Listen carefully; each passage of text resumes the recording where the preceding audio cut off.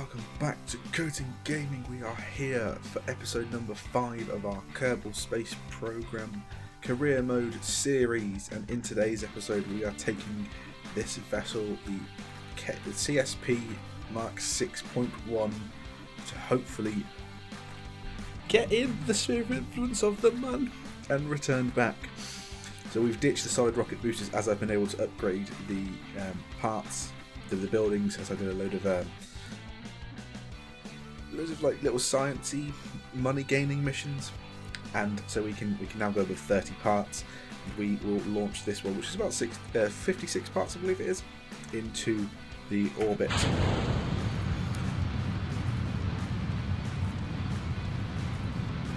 So we've ditched the side rocket boosters on the side, just purely so we can have a bit of gimbal in these engines. These are the same engines as the ones in the middle, and we'll hopefully be able to circularize the orbit a little bit better,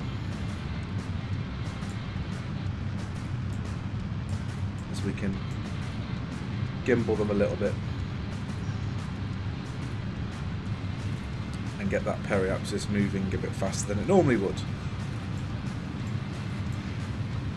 So I'm going to slightly go over here. Since I hit 10,000, I want to be aiming at that 90 marker on the nav ball. I want to be keeping it close to the prograde marker as possible.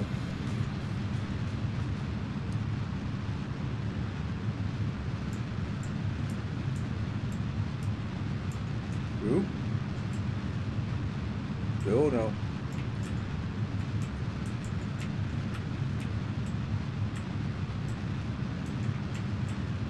This isn't going well.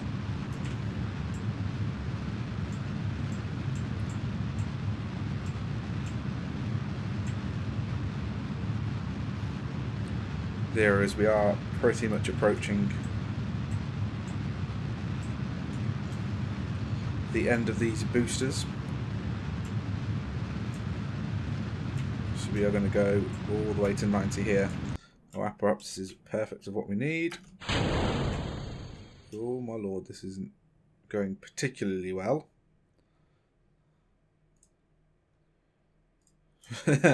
Right. Right, we need to come back round here and then fire up this engine. Let's try and get it to prograde here. That's what we want. Then we'll go to the stability assist.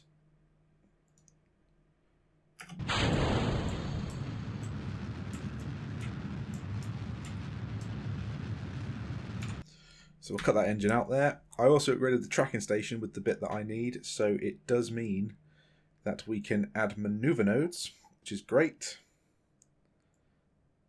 As we need to add one here to circularize, that's a bit too much.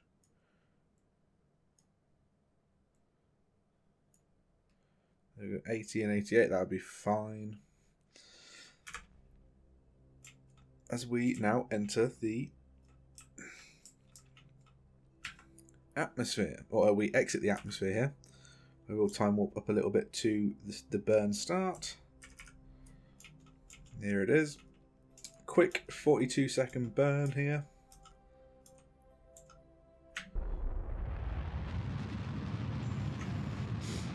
And we should be able to circularize here quite easily with the engine we've got. We've still got 3,000 Delta V left, which is great. So this should be able to circularize pretty easily. Let's focus on curving here so we can get an actual proper shot of here of our periapsis winding up. As soon as it starts to flip the periapsis and apoapsis, we will cut the engines off. Here we go, they're about to go. There we go. We didn't quite get it. So we get a little bit of an elliptical orbit, but that is fine. We are now in orbit, and we have 2,476 bits of Delta V left. Now, the debris, is that going to fall down the debris? Yeah, it will. It won't. Yeah, we didn't get anywhere near circularizing by the time we deployed the boosters. Right, let's add a maneuver node here. We will attempt to get an encounter with the moon. Oh, hello, there it is.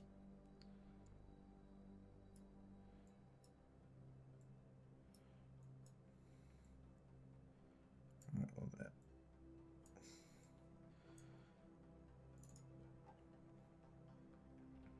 So currently we are splashing straight into the moon's surface here. Although perhaps for 60,000, that would be good.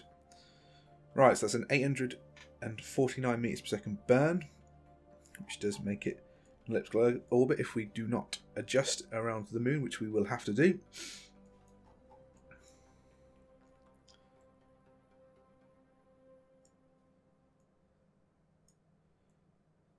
Oh, no. Right, that didn't go right. Let's just set that back up again. Right. Let's get that perfectly on the apoapsis as possible. We have done a little bit of a... We're not circular. Or we're not elliptical. Elliptical? Equatorial along Kerbin. Right. Boom. Let's go with that one.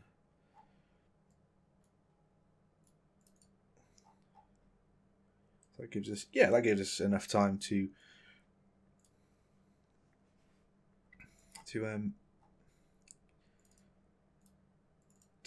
circularize the mun, which is good. Right, if we time warp to maneuver node, we can have a nice zooming shot of the spacecraft.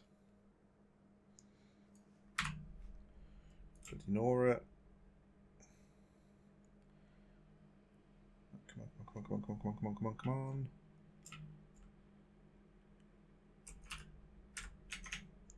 Bloody go. Missed the maneuver node a little bit. But that's fine. It's not going to affect us too much here. And we can watch our orbit line increase until we get that encounter.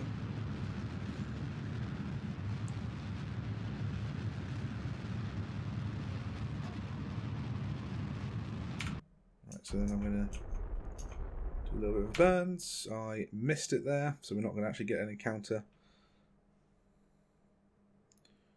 If we spin retrograde and then burn a little bit,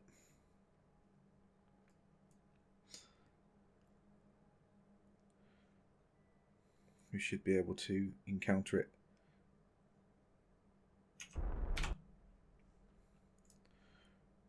Too much of a little burn there. We'll go prograde again. We'll keep spinning it around. We are using a little bit too much fuel here. There we go. Does mean we get a very weird... We apparently don't get an encounter there. That's unusual. Is it because we're not actually... Right. If I focus on Kerbal again, right, let's do another maneuver node at periapsis. Which, yep. We'll do that. We will warp here. Oh wait, wait, we are just on a... We're going to go on an intercept course anyway. So yes, there we go. Perfect. So now, let's warp into the sphere of influence of the moon. And we are here, so it does mean, I believe, we can now get the odd crew report, can we? Space high over the moon, get that in there. Right, we'll quickly EVA report him. Get back in, turn the assist on. Now here's the thing that I've changed since the last two. We'll open this bit. We have got a small Science Junior here. We'll observe the mystery goo. Thank you. Doors. Observe the mystery bay. Gives us 50. Close the doors back down. Log pressure data. And we will then log temperature data. And there we go. Close that back down. So we are now... Well, I have not orbited the moon, which we can easily do, I think, with enough delta V left. But we don't specifically need to orbit it, because we just need to fly by the moon. It's in this mission. So I believe we don't need to orbit it anyway. Let's have a look at the contracts. Fly by the moon. Yes, we've done that. We're currently doing a low resolution ScanSat survey of Kerbin. It's currently doing it over time, 17 at 75%. There's tourist stuff, low resolution scan of the Mun, and searching the skies for a whole year, a whole 2 years. So we've done what we need to do here. So let's just warp here. Let's get a bit closer. We have got essentially a free return. Well, it's not a free return because we are going to have to do a little bit of manoeuvring here. Let's try and get back to the...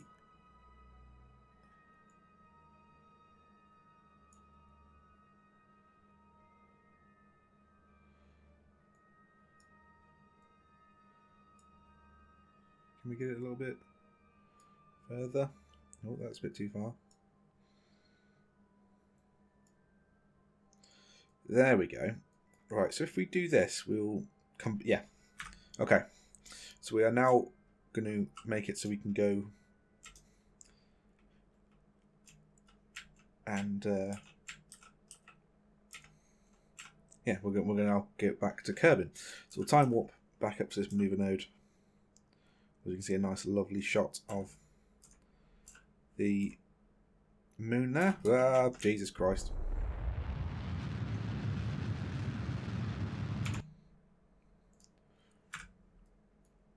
Alright, what's the pair-ups it's looking like? Need to get it below. There we go. Perfect there. We're going to come in quite a weird angle here. Let's just time warp through here. We're going to leave the orbit of the moon. We're no longer going to be captured by it. And we now enter an orbit of Kerbin. So we are going very high here. So let's warp down here. You can see the moon and Kerbin there. We are coming from underneath, which is going to be a bit weird. Let's focus on Kerbin, please. Thank you. No. Focus is on carbon. Here we go. So we don't need to burn anything here. We should, if we go retrograde, we'll split into retrograde just in case we do need to burn. But this hopefully will be able to take us into another thing. We'll get captured by something again. We'll get captured by the moon again because we intersect its orbit. That's what it is. So if we warp a bit closer here, we might have to detach this engine, which could leave it in a bit of a weird orbit. And there it is. We are reapproaching Kerbin. We have slightly over-engineered this this section of the craft to just do a flyby, but it is the same one which we're going to use for the actual orbit of the moon a little bit later on in this episode. So let's hit the atmosphere and then start burning.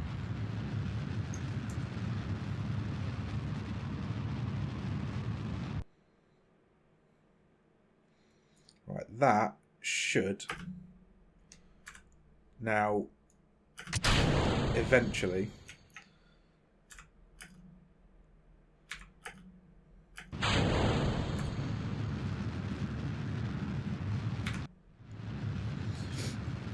that part should eventually now deorbit as we fire up this little bit of it. See the apparatus is rapidly decreasing.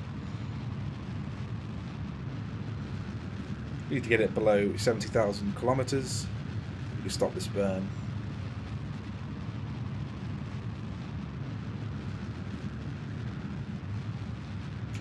There we go. We are never going to get out of this atmosphere now. So we can ditch the tanks and time warp. Keep retrograde, keep the heat shield in. We might go into the dark side of the of Kerbin here, so it might not be the greatest of all shots as we re-enter the atmosphere. There we go. We are not going to orbit any longer. And we should... we might be able to... there's potential that we might be able to land on the light side of the moon. There we go. No, we won't. The moon? Light side of the... of Kerbin, but no, we won't. So let's... oh, yeah, we are entering the atmosphere here. It's at a very shallow angle, so the heat shield should be able to protect us perfectly fine. That is a parachute, isn't it? Yeah. Got 2 drogue chutes and the top mounted parachute. As we now go through a fireball of death into the atmosphere.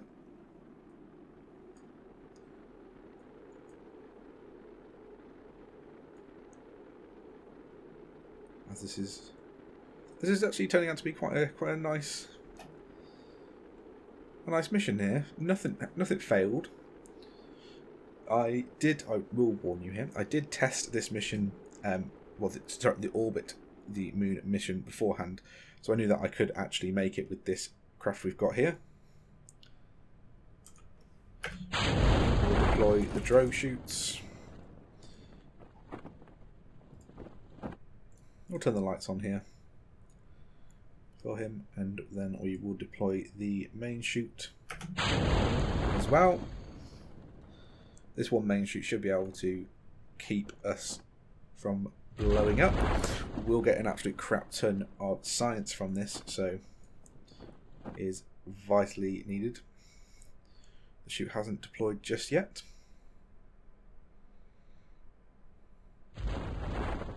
And there we go, it's deployed now.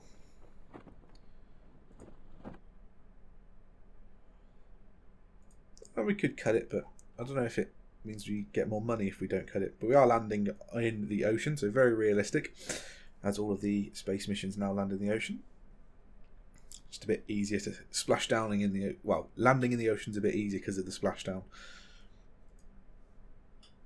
We will turn off the lights actually here because we might run out of electric charge. So if we turn off SAS and we land and touch down there, and there we go. We have successfully visited the moon. We will recover the vessel.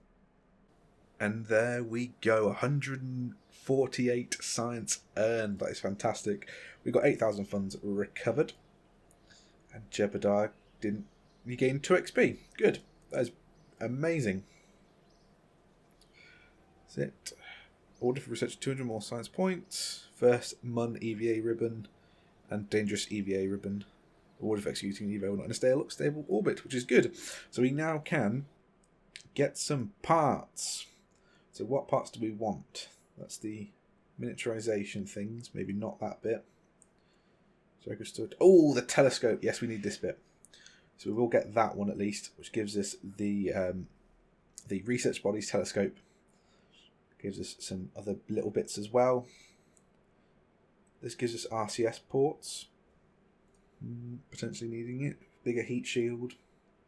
And instructor launch escape system, which is good. All these aviation stuff. Aerodynamic stuff. Construction stuff. It gives us the airstream protective shell fairing there. The tri-couplers.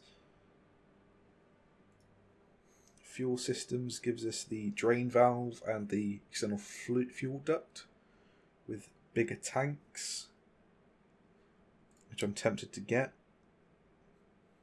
And then propulsion systems gives us some stuff as well. Little ant engine. or do we want the bigger fuel tanks? I think we go fuel systems. We'll get fuel systems on the go, just so we get that little fuel, external fuel duct, so we can actually do some better things with staging and whatnot. But there you go, guys. That will end this episode here. Thank you guys for watching this episode. If you have enjoyed it, make sure you click that like button, comment, and subscribe. If you're doing it subscribing, make sure you click that notification bell. Stay up to date with everything on the channel. But until next time, goodbye.